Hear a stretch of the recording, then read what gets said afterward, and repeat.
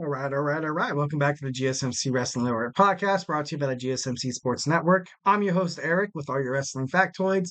Just to kind of reiterate what we talked about, our segment one, we talked about our Thursday night wrestling review, which consists of Impact Wrestling, all the matches that are, claimed under siege that are going to happen, the title bouts. And we also talked about a little bit about Ring of Honor. But mostly we're gonna head into WWE Smackdown for tonight. And like I said, I keep reiterating that honestly, guys, I haven't watched a single shred of video. Honestly, swear.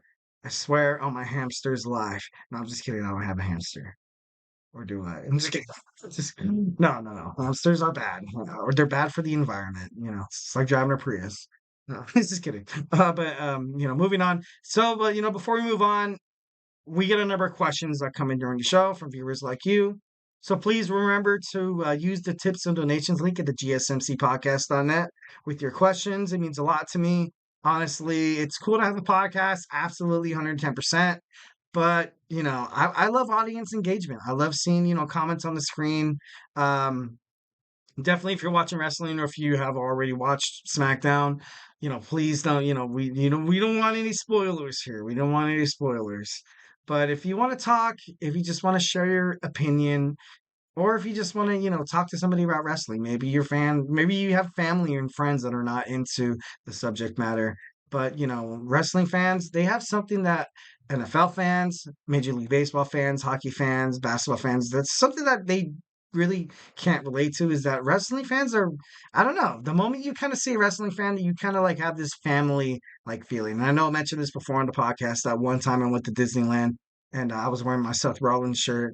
And some guy came up to me and he's like, "Hey, bro, nice shirt." And I look over and he had a Finn Balor shirt. And I was like, dude, automatically you have that connection, a connection that like a lot of people can't really relate to. To be honest, like whenever I go to like an Angels game, and like, or if I go to like Walmart and I see another Angels fan, it's just like, it's not really the same where you can feel like you can approach people. Wrestling fans are different. I feel like wrestling fans are more humble. Absolutely 110%. I feel like as human beings in society, I feel like we are more like open to conversation. We have better interpersonal communicative skills in terms of verbal and nonverbal. But let's not, we're here to talk about wrestling. Like, what are you guys doing to me? So like I said before, with your questions, tips and donations link at the GSMCpodcast.net. Leave a positive review. I love criticism. Feedback is a gift. Any type of feedback is a gift. Again, the link is at the GSMCpodcast.net, mate. So go ahead and use that whenever you got a chance. Yeah. That was a terrible Australian accent. If y'all watching me in Australia, I apologize. If you want to send some hate mail, just kidding. Peace, love, and positivity all the way. So WWE SmackDown. It's supposedly happening right now. It happened earlier, but just a couple of few things I want to hit on.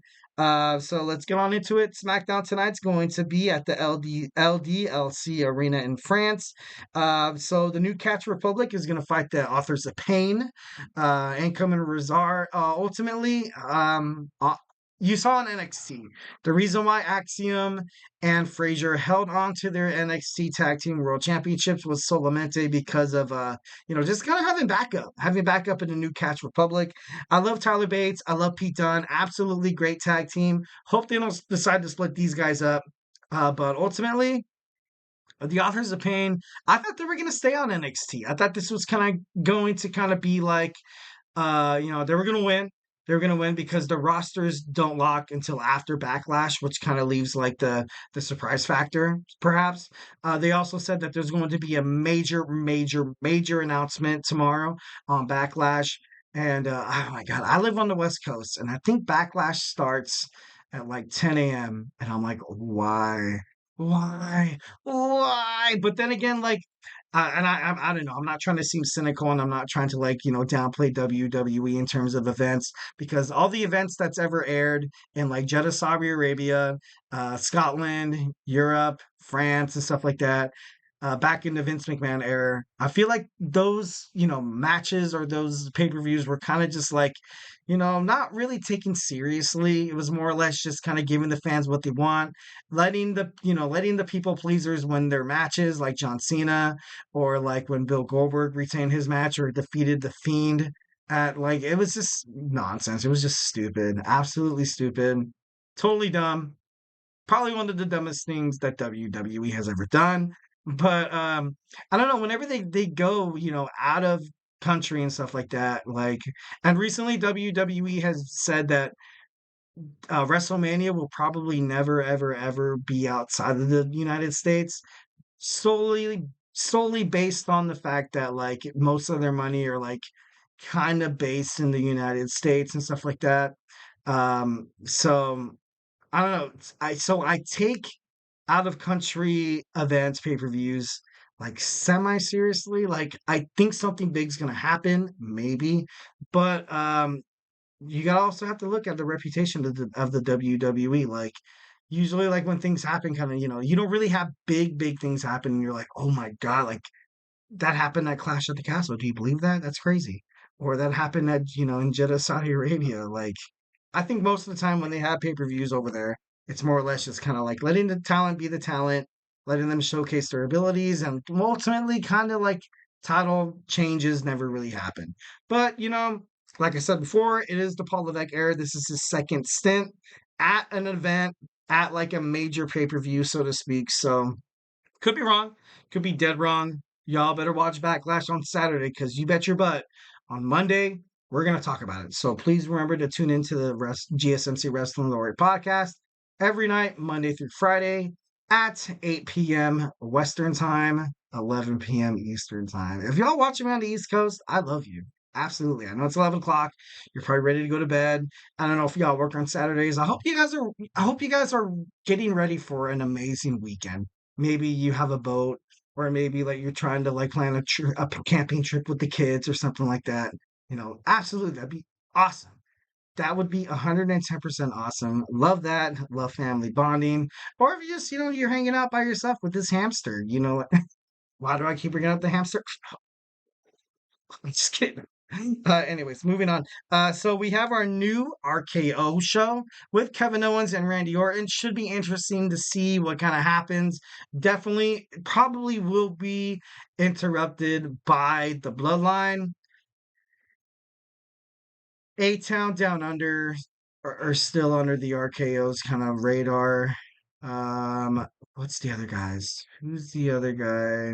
Logan Paul. Logan Paul, the United States champion, who doesn't have a match actually at Backlash, which I kind of he probably should have a match, but ultimately, I feel like this is kind of just like a nice little promo spot to kind of further build this tension between the Bloodline, Randy Orton, and Kevin Owens. So, who knows what's going to happen? Excited to see what happens. So, I don't know. Can't really tell too much right now. All I know is probably this will be um probably the second to the last match. I can see this being the second to the last match solely because this is going to be the debut of Jacob Fatu. I think ultimately the Bloodline, they're going to look beaten. They're going to look battered. It looks like they've lost. Randy Orton's stalking. He's stalking Solo Sikoa to hit him with the RKO. And then all of a sudden, interrupting the match, causing a distraction or something like that, Jacob Fatu. And that's how it's going to end. And then thus, the new young bloodline is born. So I think that's probably what's going to happen. Like I said before, these are, just kind of like my predictions. And I probably should have saved that for my backlash, predictions in the next segment. But, hey, like let's talk about more stuff. Anyways, moving on, we have the A-Town Down Under are going to fight the Street Profits for the WWE Tag Team Championships. I don't know if they're going to drop the belts tonight. Highly doubt it. Absolutely highly doubt it. But then again, the Street Profits, I feel like should be the WWE Tag Team Champions because they're an actual tag team.